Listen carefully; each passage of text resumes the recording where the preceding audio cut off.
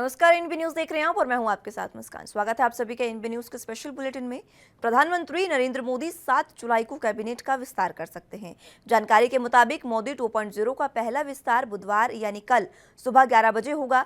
Cabinet में अभी 28 मंत्री पद खाली हैं और बताया जा रहा है कि 17 में से 22 सांसदों को मंत्री पद की शपथ दिलाई जा सकती है।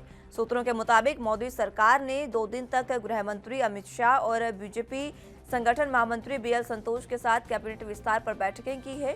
बता दें कि मंगलवार शाम को यानी आज भी प्रधानमंत्री नरेंद्र मोदी के आवास पर कैबिनेट विस्तार से पहले बड़ी बैठक होगी।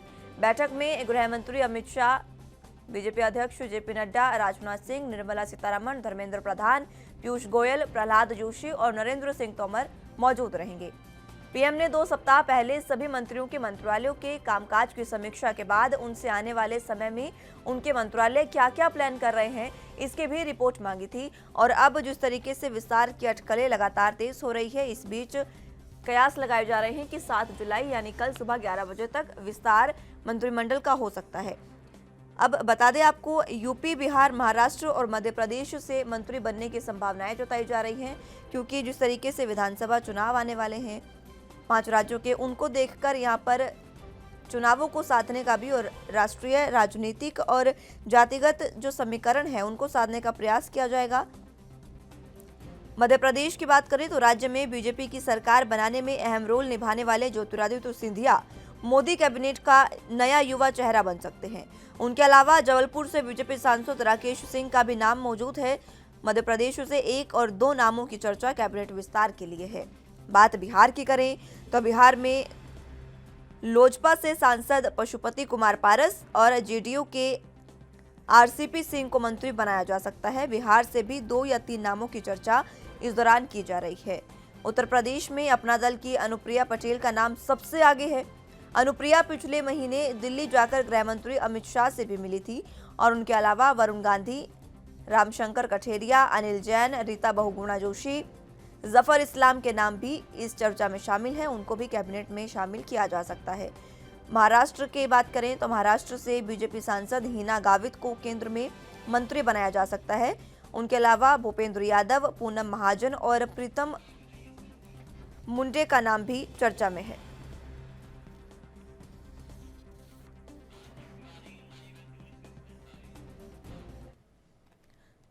चलिए, तो इसी पर संवाददाता राजीव तिवारी दिल्ली से लाइव जुड़ चुके हैं। राजीव, जिस तरीके से मंत्रिमंडल का विस्तार लगातार अब कयास लगाए जा रहे थे कि मंत्रिमंडल का विस्तार होगा, अब क्या कुछ इसमें अपडेट है, क्योंकि कल बताया जा रहा है कि मंत्रिमंडल का विस्तार होगा? देखिए, बिल्कुल बताया, जिस तरीके से बात करें 5 राज्यों के चुनाव की, तो कहीं ना कहीं उसका मद्देनजर रखते हुए मंत्रिमंडल का विस्तार जरूर किया जा रहा है और लगातार कहीं ना कहीं फेरबदल भी किए जा रहे हैं। मगर जिस तरीके से बात करें पिछले कुछ दिनों के अंदर जो बैठकें हुई थी, यानी कि प्रधानमंत्री मोदी जी की जेपी नड्डा के साथ या फिर अमित शाह के साथ, लगातार कहीं ना कहीं उसमें भी कहीं ना कहीं बदलाव के नाम लिए जा रहे थे कि बदलाव किए जा सकते हैं और कुछ पुराने नामों को हटाकर नए नामों को शामिल किया जा सकता है मंत्रिमंडल के अंदर। मगर बात करें आज की बैठक की, तो आज की बैठक भी कहीं ना कहीं प्रधानमंत्री मोदी जी और पीयूष गोयल और निर्मला सीतारमण जी उनके साथ होगी और लगातार कुछ और बड़े नाम भी हैं जो इस बैठक के अंदर शामिल हो सकते हैं। मगर साफ प्रयास लगाए जा रहे हैं कि आज की बैठक से जो नामों पर खुलासा जरूर किया जा सकता है और कहीं ना कहीं जो मंत्रिमंडल के अंदर फेरबदल है वो आज स्पष्ट उसमें मोहर लग सकती है। मगर लगातार कहीं ना कहीं 5 राज्यों के चुनाव को मद्देनजर रखते हुए इस तरीके के फेरबदल जरूर किए जाएंगे। जी ठीक है राजीव, मैं लौटूंगी आपके पास। हमारे साथ संदीप चौधरी, पॉलिटिकल एक्सपर्ट मौजूद हैं। संदीप जी, बहुत स्वागत है आपके एनबी न्यूज पर। जी संदीप जी, जिस तरीके से अटकलें लगाई जा रही हैं कि मंत्रिमंडल का विस्तार होगा और अब ये चीजें साफ भी हो गई है। आज प्रधानमंत्री नरेंद्र मोदी के आवास पर बैठक होने जा रही है। हाई कमीशन की ये बैठक है, तमाम बड़े चेहरे इस बैठक में मौजूद रहने वाले हैं। क्या लगता है कि कल तक क्या वाकई विस्तार हो जाएगा मंत्रिमंडल का, और क्या कारण है? क्या वाकई विधानसभा चुनावों को साधने का ये प्रयास है जो इस समय मंत्रिमंडल का विस्तार हो रहा है? देखिए मुस्कान, समय से ये बेसिक में है कि मोदी कैबिनेट कुछ नए चेहरों को जब मंत्रिमंडल होगा, कुछ चेंज होंगे, तो मुझे लगता है अभी एकदम सही और सुरक्षित टाइम आ चुका है, क्योंकि 5 राज्यों के चुनाव के बाद हमारे साथ बता रहे थे 5 राज्यों का चुनाव है। ऐसे में कुछ नए लोगों को जिम्मेदारी दे करके, उन्हें पावर दे करके, तो अपने लोगों को, प्रदेश के लोगों को एक मैसेज दिया जा सकता है और लोगों में एक जी जान से जुटने वाली जो वो होती की जाती है। और ये चीजें अक्सर देखने को मिलती है, जब भी कुछ इस तरीके के चुनावों का एक आयोजन होता है तो उससे पहले वहां लोगों को प्राथमिकता दी जाती है। तो मुझे लगता है जिस तरीके से उत्तराखंड में भी किसी को मंत्री बनाया जा सकता है, उत्तर प्रदेश के कई चेहरों को मंत्री बनाया जा सकता है और कई ऐसे तमाम नए पुराने चेहरों को बदला जा सकता है।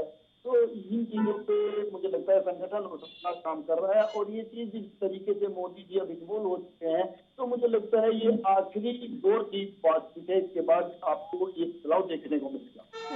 बिल्कुल राजीव, आपके पास आना चाहूंगे। देखिए, जिस तरीके से तमाम बड़े चेहरे हैं जिन पर कयास लगाए जा रहे हैं, उनके नामों पर चर्चा संभव है कि उनको मंत्रिमंडल में जगह मिल सकती है। इसमें सबसे ऊपर जो नाम है वो कांग्रेस छोड़कर बीजेपी में आई ज्योतिरादित्य सिंधिया का है, क्योंकि उन्होंने अपने राज्य में जिस तरीके से बीजेपी की मदद की है, बीजेपी को एक बड़ी जो मजबूती दी थी विधानसभा चुनावों में, वो काफी देखने लायक थी।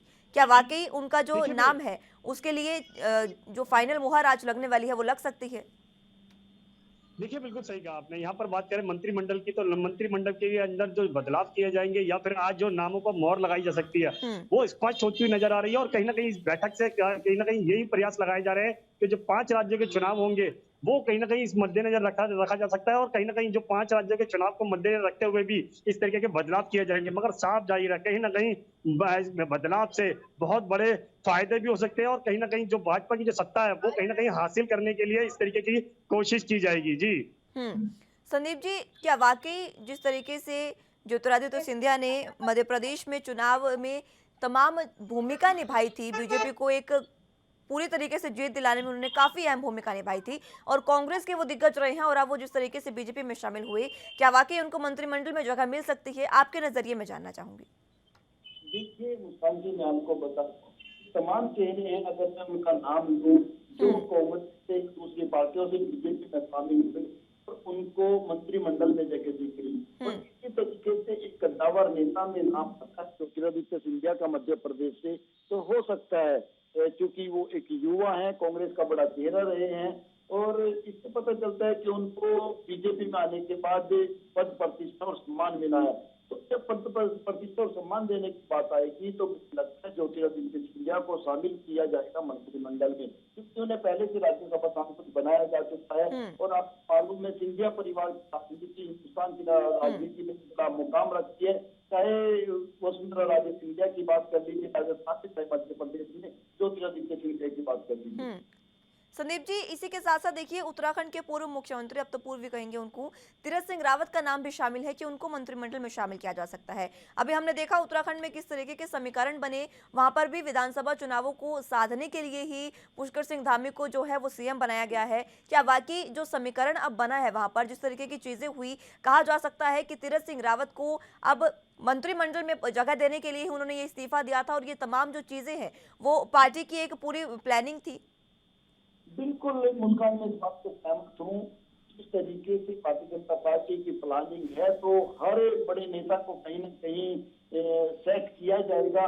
हो सकता है तीरथ सिंह रावत को दिल्ली में मोदी कैबिनेट में जगह मिले और उत्तराखंड भी अभी होने वाले चुनाव में शामिल है, तो इस तरीके से उत्तराखंड से भी इसको मिलकर आना तय मानिए आप। बिल्कुल राजीव, कई ऐसे नाम भी हैं जिनको मंत्रिमंडल से हटाने की भी अटकलें जारी है। वो कौन से नाम हो सकते हैं जिनको मंत्रिमंडल में जो जगह पहले से मिली हुई है उनको मंत्रिमंडल से हटाया जा सकता है? देखिए, बिल्कुल भाई, जिस तरीके से बात करें मंत्रिमंडल से हटाने की ये बात जो है वो लगातार कहीं ना कहीं ये भी अटकलें लगाए जा रहे थे जिन राज्यों के अंदर या जिन जनताओं ने उनको पसंद नहीं किया या जिनका अभी तक जो कार्यकाल रहा है, जिन्होंने अभी तक काम नहीं किए, उनको हटाया जा सकता है। मगर कुछ बड़े नाम जो है वो इसमें शामिल जरूर होते हैं, चाहे वो लोक जनशक्ति पार्टी की बात करें या फिर कहें हम जेडीयू की बात करें, इनके अंदर से भी कहीं ना कहीं मंत्रिमंडल के अंदर जगह दी जा सकती है इन बड़े नेताओं को। और बात करें जिस तरीके से और तीरथ सिंह रावत की जो बात की थी आपने, वो भी कहीं ना कहीं इसी प्रयास से किए गए थे क्योंकि वो सीएम सीट से हटाकर जो उन्होंने इस्तीफा दिया था और उनको मंत्रिमंडल के अंदर जगह दी जाएगी। ये भी संभव हो सकता है कि तीरथ सिंह रावत को मंत्रिमंडल के अंदर जगह दी जा सके। मगर कहीं ना कहीं चिराग पासवान की बात करें तो कहीं ना कहीं उनको लिए भी कहीं ना कहीं उपलब्धि हासिल होगी, क्योंकि जिस तरीके से मंत्रिमंडल के अंदर जगह मिलती है उनको भी, तो कहीं ना कहीं बड़े नामों की खुलासे जरूर हो सकते हैं। मगर अभी तक जो प्रयास लगाए जा रहे हैं कि बैठक से वो कहीं ना कहीं स्पष्ट होते नजर आ रहे हैं और आज की जो बैठक होगी वो कहीं ना कहीं नाम पर मोहर लगाते हुए नजर आएगी। मगर जिस तरीके से बात करें, अगर कल की बैठक के अंदर खुलासा नहीं कल कल पूरी कार्रवाई फिर नहीं हो पाती है तो कहीं ना कहीं वो 8 जुलाई को यानी कि परसों के लिए फिर रख दी जाएगी और कहीं ना कहीं उसकी कार्रवाई पूरी की जाएगी। मगर जिस तरीके से अब मंत्रिमंडल के अंदर बदलाव किए जा रहे हैं वो साफ जाहिर है कहीं ना कहीं चुनाव के मद्देनजर रखते हुए ही बदलाव किए जाएंगे। जी संदीप जी, आपके पास आना चाहूंगी। थावरचंद गहलोत का नाम सबसे ऊपर है जिन्हें मंत्री पद से हटाया जा सकता है, मंत्रिमंडल से उनको हटाया जा सकता है। क्या वाकई आप भी इस बात से सहमत हैं कि उनका जो काम है उससे बीजेपी जो है वो पूरे तरीके से संतुष्ट नहीं है और उनके नाम को इसलिए ऊपर रखा गया क्योंकि उनका काम सही नहीं था? देखिए मुस्कान, इस तरीके के और भी 2-3 चेहरे हो सकते हैं, लेकिन फाइनल डिसीजन इसमें मोदी जी को करना है, संगठन करना है। तो अभी इस तरीके से किसी का नाम ले लेना मेरी बाजी होगी और संगठन एक कॉम्पिटिशन बना के चलता है कि किसको जगह दी जाए, किसको जगह नहीं दी जाए। और कई ऐसे स्टेट है जहाँ पे चुनाव हो चुका है, जहाँ की अभी इतनी इम्पोर्टेंस नहीं है, वहाँ के नेताओं को हटाया जा सकता है और जो ये 5 साल से जहाँ पे चुनाव होना है, यहाँ के नेताओं को वरीयता दी जा सकती है। संदीप जी, और कौन से ऐसे नाम हो सकते हैं आपसे मैं जानना चाहूंगी, क्योंकि देखिए दो नाम तो जो थे वो फाइनल माने जा रहे हैं, जो तीरथ सिंह रावत है और ज्योतिरादित्य सिंधिया। इसके अलावा और कौन से ऐसे नाम हो सकते हैं जिनको मंत्रिमंडल में जगह मिल सकती है? देखिए ऐसे कई नाम हो सकते हैं। जैसे अगर मैं बात रोज पांडे के राज्यसभा उनको भी बनाया जा सकता है। जिस तरीके से आप भूपेंद्र यादव जी हैं, बड़ा चेहरा संगठन में इमाम, उनको भी मंत्री पद दिया जा सकता है। ऐसे कई नाम निकल के सामने आ सकते हैं। राजीव, आपके पास आना चाहूंगी। अब आगे कब तक ये बैठक जो शाम को शुरू होने वाली है, इसके लिए कब तक जो कयास लगाए जा रहे हैं कि मंत्री पहुंच ही सकते हैं, कब तक ये जो बैठक है वो शुरू हो सकती है? देखिए बिल्कुल भाई, जिस तरीके से बात करें आज की बैठक की, तो आज की बैठक जो है पीएम निवास पर हो सकती है और कहीं ना कहीं उसके लिए कहीं ना कहीं शाम 5 बजे का समय रखा गया है। मगर देखना होगा कि किस तरीके की बैठक होती है और मगर इसके अंदर बदलाव कितने होंगे वो जरूर देखना होगा। मगर एक चीज स्पष्ट है, कहीं ना कहीं चुनाव के मद्देनजर रखते हुए इस तरीके के बदलाव किए जाएंगे और ये बदलाव कहीं ना कहीं भाजपा के लिए साबित होते यानी कि कहीं ना कहीं उपलब्धि हासिल करते हुए नजर आएंगे। जी 28 मंत्री पद खाली हैं अभी राजीव, जो इनको भरा जाना है। कितने मंत्री पद फिलहाल भरे जा सकते हैं या 28 के 28 भरे जाएंगे? क्या कयास लगाए जा रहे हैं कि कितने मंत्री पद को आज भरा जा सकता है जिनके नाम पर फाइनल मुहर लगेगी? देखिए बिल्कुल भाई, जिस तरीके से बात करें 28 मंत्री पद के तो कहीं ना कहीं उनके लिए नाम बिल्कुल चयन किए जा चुके हैं। अब देखना होगा कि आज की बैठक किस नतीजे पर जाती है। मगर एक चीज स्पष्ट है, आज की बैठक से काफी हद तक प्रयास बिल्कुल खुलते हुए नजर आएंगे और कहीं ना कहीं जो भाजपा की कोशिश है वो भी साफ होती नजर आएगी। मगर देखना होगा कि आज की कोशिश कितनी कारगर हो सकती है। मगर इससे आज की बैठक होगी उसके अंदर बड़े नाम जरूर शामिल है, चाहे वो जेपी नड्डा की बात करें या फिर पीयूष गोयल की बात करें या फिर निर्मला सीतारमण की बात करें। लगातार कहीं ना कहीं प्रयास जो है वो जारी है और आज की बैठक से कहीं ना कहीं मंत्रिमंडल के अंदर स्पष्ट होता हुआ नजर आएगा कि कितने बड़े बदलाव किए जा सकते हैं। जी संदीप जी, आपके पास आना चाहूंगी। जिस तरीके से अभी हमने कल देखा किस तरीके से महाराष्ट्र में 12 विधायकों को निलंबित कर दिया गया है, अगर उस ये जो कड़ी है यहाँ पर ये जो समीकरण बना है इसको देखिए तो क्या बीजेपी जो है वो अन्य राज्यों में इस तरीके से दोबारा पैच बना पाएगी? क्योंकि जो 5 विधानसभा चुनाव है वहां में कहीं ना कहीं किसान आंदोलन का भी खामियाजा बीजेपी को भुगतना पड़ सकता है। देखिए मुस्कान, बहुत अच्छा सवाल है आपका और इस बात में कोई दो राय नहीं है कि किसान आंदोलन कोई छोटा आंदोलन या बड़ा आंदोलन है। और ये आंदोलन अब किसानों में और मजदूरों में घर घर तक पहुंच चुका है, हर गरीब की आवाज बन चुका है। और ये भी जग जाहिर है कि आज की तारीख में चाहे किसान हो, नौजवान हो, चाहे बेरोजगार लोग हों, तो वो सभी किसी न किसी समस्या का सामना कर रहे हैं, क्योंकि खेती भी आज की तारीख में फायदे का सौदा नहीं रह गया है। तो नाराजगी का नुकसान भारतीय जनता पार्टी को उठाना पड़ सकता है, लेकिन इसके लिए मैटर करेगा विपक्ष का एकजुट होना। अगर विपक्ष में फूट रहती है तो मुझे नहीं लगता कि भारतीय जनता पार्टी को कोई ज्यादा नुकसान हो। बिल्कुल, विपक्ष का मजबूत होना यहाँ पर बहुत जरूरी है। इसी के साथ संदीप जी देखिए, जो सचिन पायलट है उन पर भी कयास लगाए जा रहे हैं कि वो जल्द ही पार्टी को छोड़ सकते हैं। जिस तरीके से कांग्रेस में फूट फिलहाल चल रही है, हर जगह मतभेद है। अब हरियाणा कांग्रेस में भी मतभेद देखने को मिल रहे हैं, वहां पर भी इस तरीके की स्थितियां सामने आ रही है। क्या इस तरीके से विपक्ष की भूमिका में जो कांग्रेस है, दूसरी सबसे बड़ी पार्टी मानी जाती है बीजेपी के बाद, खुद को वो बीजेपी का विकल्प बता रही है, क्या इस तरीके से वो तमाम चीजें कर पाएगी? क्या बीजेपी को वाकई टक्कर दे पाएगी कांग्रेस? देखिए मुस्कान जी, कई चीजें मैटर करती हैं। जिस तरीके से हरियाणा कांग्रेस की आप बात कर रहे हैं, वो संगठन के अंदर की नाराजगी हो सकती है। लेकिन जब सरकारें बदली जाती हैं, वो संगठन की लड़ाई से नहीं बदली जाती, सरकारें लोगों की जन आक्रोश से बदली जाती है। और हरियाणा के अंदर आपने देखा कि जब विधानसभा चुनाव हुए, उसमें वो खट्टर साहब अपना जो बहुमत था वो खो चुके थे, और वो आज बीजेपी के कंधे पर सरकार चला रहे हैं। तो इसमें कहीं ना कहीं जिस तरीके से उनकी लोकप्रियता घटी है, उसका नुकसान, और किसान आंदोलन का नुकसान, और जिस तरीके से भूपेंद्र सिंह हुड्डा की जो लोकप्रियता है, जो उनके काम करने की शैली थी, वो उसको लोग पसंद करते हैं। तो भूपेंद्र सिंह हुड्डा से लोग नाराज नहीं है, कांग्रेस से नाराज नहीं है। वो संगठन में आपसी एक टकराव हो सकता है संगठन के लोगों का, उससे मुझे नहीं लगता कि कांग्रेस पर हरियाणा में कोई फर्क पड़ेगा। इस तरीके की चीजें पंजाब में भी है कांग्रेस के अंदर, इस तरीके की चीजें कांग्रेस के अंदर राजस्थान में भी है। इसके लिए राष्ट्रीय नेतृत्व को सोचना पड़ेगा किस तरीके से वो अपने संगठन को आपस में एकजुट कर सकते हैं, और किस तरीके से ऐसी समस्याओं को दूर कर सकते हैं। बिल्कुल। लेकिन संदीप जी, जो हमने स्थितियां देखी है, जिस तरीके से हमने अभी महाराष्ट्र में भी बात की, जो 12 विधायक निलंबित किए गए हैं विपक्ष की भूमिका में, वहां पर भी बीजेपी विपक्ष की भूमिका में काफी आक्रामक थी, जिसके बाद 12 विधायक निलंबित हुए। इसी के साथ साथ कोरोना काल भी हमने देखा किस तरीके से गंगा में लाशें मिली है, तमाम चीजें हमने देखी है। क्या वाकई इन सब चीजों को मिलाकर बीजेपी पर कोई असर पड़ेगा, बीजेपी के वोट बैंक पर कोई असर पड़ सकता है? और इसी को बचाने के लिए, अपनी जो इमेज खराब हुई है बीजेपी की, उसी को सही करने के लिए इस तरीके की अब तमाम बैठकें चल रही हैं? देखिए, बिल्कुल मुस्कान जी, जो नुकसान होता है, जो इमेज होती है, उसको ठीक करने की सभी राजनीतिक दल, सभी पार्टियां कोशिश करती हैं। लेकिन जहां तक कोरोना का मामला है, कोरोना का मामले में आप ये देखिए, अगर कहीं कांग्रेस की सरकार है तो कहीं बीजेपी की सरकार है, कहीं जेडीयू की सरकार है तो कहीं ममता बनर्जी की सरकार है। तो सभी लोगों की पार्टियां हैं, सभी की अपनी अपनी सरकारें हैं, और इसमें कोई इतना इफेक्टिव काम नहीं कर पाया, सभी से लोगों में नाराजगी है। तो इसका भी मुझे नहीं लगता कि जो आने वाले चुनाव हैं उन पर कोई ज्यादा असर पड़ेगा। असर हमेशा उस डिमांड का पड़ता है, जिस तरीके से किसानों का मुद्दा है, और किसानों एक बड़ा वोट बैंक है, जिस तरीके से मजदूर है, मजदूर एक बड़ा वोट बैंक है। तो इन चीजों का असर जरूर इलेक्शन पे पड़ता है, और उन चीजों का असर इलेक्शन पे पड़ेगा। ठीक है। राजीव, आपके पास आना चाहूंगी। देखिए, आम आदमी पार्टी इस बार विधानसभा चुनावों में पूरी मजबूती के साथ अन्य राज्यों में लड़ रही है। जिस तरीके से दिल्ली में उसने बहुत ही कम समय में पैठ बनाई, क्या लगता है दिल्ली की जनता के मन में जो चीजें अब आ रही है, क्या इन्हीं ये जो दावे हैं उनके, बिजली सस्ती करना, पानी फ्री कर देना, ये तमाम जो चीजें हैं, क्या इन्हीं की वजह से बाकी जो विधानसभा चुनाव है वहां पे जो आम आदमी पार्टी है वो उनको साथ पाएगी मिशन 2022 को? देखिए, बिल्कुल यहाँ पे एक चीज और गौर बता दें, जिस तरीके से दिल्ली सरकार यानी कि आम आदमी पार्टी की बात करें तो कहीं ना कहीं दिल्ली सरकार ने यही कोशिश की थी जनता तक कि बिजली फ्री दी जाए, पानी फ्री दी जाए, और सबसे बड़ी राहत के लिए सांस भी हुई, क्योंकि जनता यही चाहती थी कहीं ना कहीं उनको जो कहीं ना कहीं छूट मिले या फिर राहत मिले। मगर जैसे ही बिजली के बिल माफ होने लगे तो कहीं ना कहीं जनता को लगा कि आम आदमी पार्टी ने काफी अच्छा काम किया है, और उसकी ठीक है, मैं राजीव लौटूंगे आपके पास, जानकारी आपसे लेते रहेंगे, आप जुड़े रहिए। का बात मंत्रिमंडल विस्तार की कर रहे थे, हमारे साथ संवाददाता दिल्ली से राजीव तिवारी मौजूद हैं, और संदीप चौधरी जी भी पॉलिटिकल एक्सपर्ट हमारे साथ मौजूद हैं। राजीव, आप ही के पास आना चाहूंगी। जिस तरीके से आम आदमी पार्टी की हम बात कर रहे थे, क्या कुछ समीकरण दूसरे राज्य में बनते दिखाई दे रहे हैं?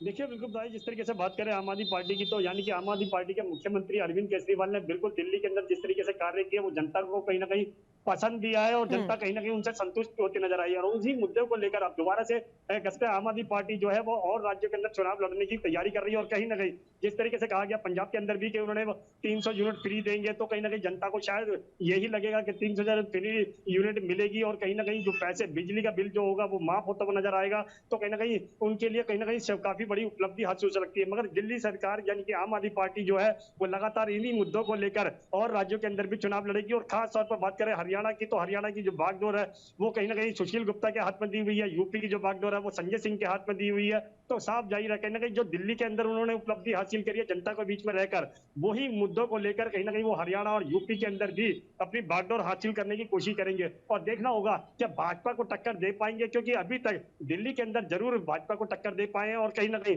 भाजपा को पिछाड़ते हुए भी नजर आए हैं। मगर देखना होगा कि यूपी के अंदर, हरियाणा के अंदर की बात करें तो वहां पर भी किस तरीके का टक्कर रहेगी आम आदमी पार्टी की। मगर कांग्रेस की बात करते हैं, कांग्रेस अभी तक कहीं ना कहीं जो कांग्रेस के अंदर फूट पड़ी हुई है वो कहीं ना कहीं कांग्रेस के लिए नुकसान बड़ी साबित हो सकती है। और जब तक ये कांग्रेस की फूट खत्म नहीं होगी तो कहीं ना कहीं उनके अंदर कांग्रेस के जो है सत्ता हासिल होने में काफी बड़ी दिक्कतें होंगी। मगर भाजपा कहीं ना कहीं इसका फायदा जरूर उठाती नजर आती है, क्योंकि जिस तरीके से कांग्रेस के अंदर फूट है वो कहीं ना कहीं भाजपा के लिए फायदा करती है। मगर हम्म। यही चीज अब देखना होगा कि मंत्रिमंडल के फेरबदल से कितने फायदे उपलब्धि हासिल हो सकते हैं भाजपा को। जी बिल्कुल। संदीप जी, जिस तरीके से आज मंत्रिमंडल का विस्तार होने वाला है, कल ये विस्तार होगा, आज जो सबसे बड़ी बैठक होने वाली है, उसमें क्या वाकई जो कयास लगाए जा रहे हैं वो सही है कि जातिगत और राजनीतिक समीकरण को साधने का प्रयास यहाँ पर किया जाएगा?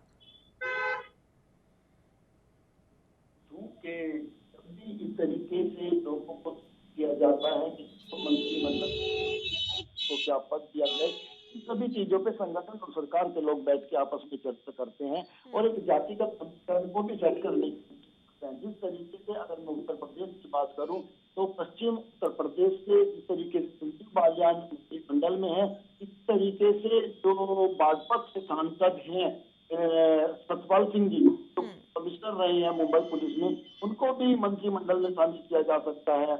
इसी तरीके जाटों को खुश करने के लिए इसी तरीके से चारों तरफ की ये चीजें देखी जा सकती है कि ईस्ट से किसको लेना है, वेस्ट से किसको लेना है, साउथ से किसको लेना है। तो पूरे तरीके से कॉम्बिनेशन बनाने की सरकार कोशिश करेगी ताकि आने वाले चुनाव में हर तरीके से अपने मकसद को पाने में कामयाब हो। संदीप जी, विधानसभा चुनाव आने वाले हैं, किस राज्य में क्या समीकरण बन रहा है और कहां से बीजेपी को बढ़त मिल सकती है, ये फैक्टर भी जरा समझाएं। देखिए मुस्कान जी, अभी कहना जल्दबाजी होगा, लेकिन हाँ जिस तरीके से आप पंजाब की बात करें तो पंजाब में मुझे लगता है अकालियों से अलग होने के बाद भारतीय जनता पार्टी के लिए एक बड़ा नुकसान है और वहाँ पे भारतीय जनता पार्टी सर्वाइव नहीं कर सकती।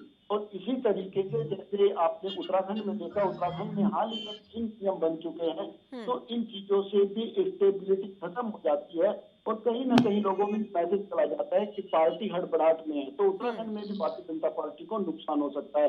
और जिस तरीके से कांग्रेस ने हरीश रावत को वहां पे सीएम पद के लिए प्रोटेक्ट कर दिया है, तो सीएम रावत जमीन से जुड़े हुए उत्तराखंड के एक प्रसिद्ध नेता है, जाना पहचाना फेस है, तो वहां पे भी बीजेपी के लिए मुश्किल आ सकती है। हाँ, अगर उत्तर प्रदेश की बात करें तो उत्तर प्रदेश में मुझे ऐसा लगता है कि अगर जो विपक्ष है वो एकजुट नहीं हुआ तो बीजेपी को ज्यादा नुकसान नहीं पहुंचा पाएगा। किसान आंदोलन के बावजूद भी बीजेपी उत्तर प्रदेश के अंदर मजबूत है।